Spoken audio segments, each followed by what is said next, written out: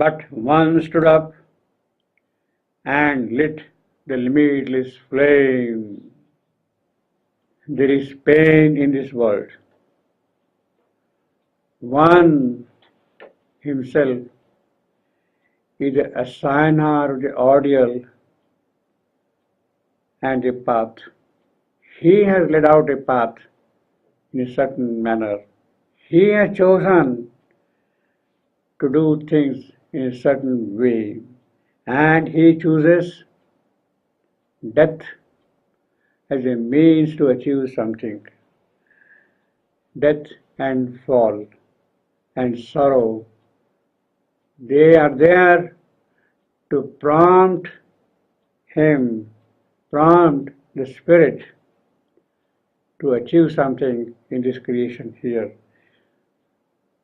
Death and fall and sorrow are there for not nothing. They have a functional role to play. It is kind of strained strategy by which through death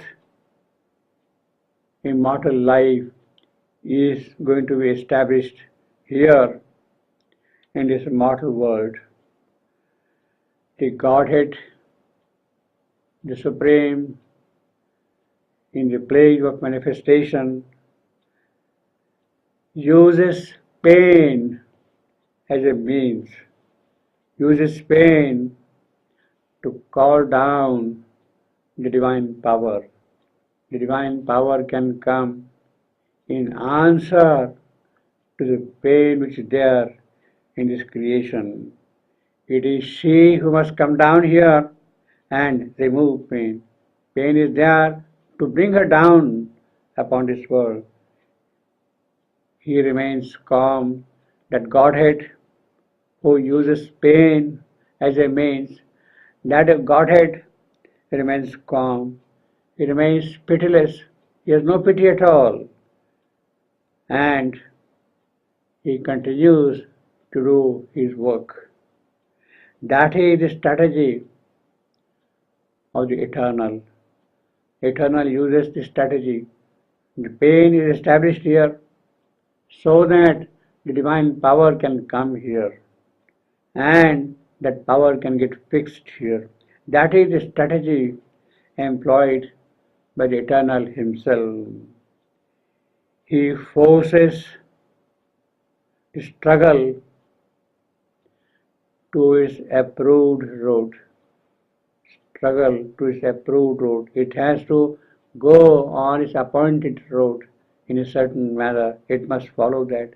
Therefore, there is the one, there is the assigner of the pain, there is the ordeal, there is the pain, and in response to that pain, the divine power, the strength, they had to come down here in the mortal birth. Savitri comes to wrestle with the shadow who has given rise to this pain. Savitri comes to wrestle with the shadow. Shadow born out of the inconscient void. Inconscience, the void, the nothingness, which has got embodied itself and is presenting to Savitri in the form of death. It is him Savitri has to confront. Savitri comes to wrestle with the shadow, to confront the riddle of man's birth. Man's birth is riddled with death. But death has to be a means, a mechanism to achieve something glorious for him. It is not there, therefore it is riddle, and that riddle has to be disentangled.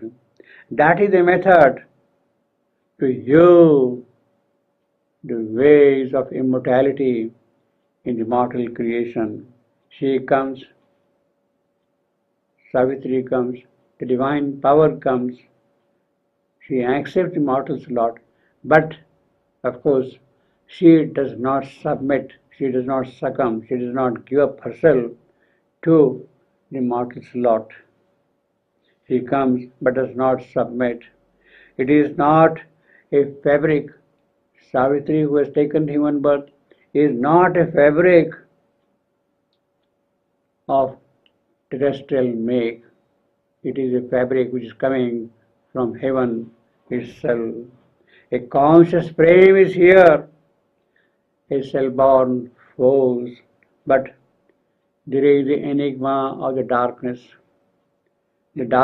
of God Himself, God who has created this darkness, so to say.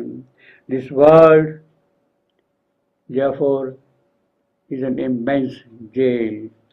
There are guards stationed at every point, at every corner, and they will not allow you to escape from this world of ignorance and death and suffering.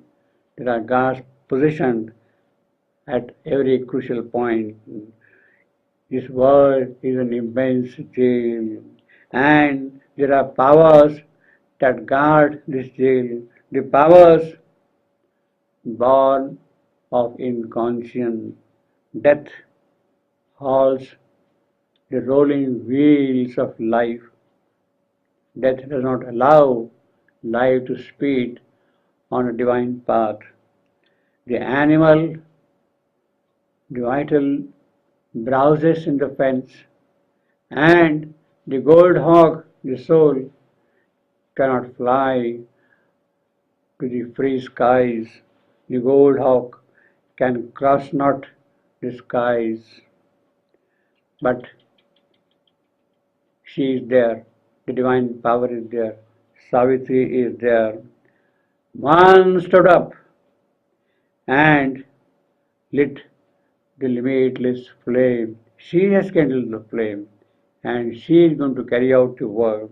She who holds in her soul the superconscious seed, it is that seed which has to sprout and bring fruit. One stood up and lit the limitless flame. The seed of that flame, it is that which has to flower in this creation.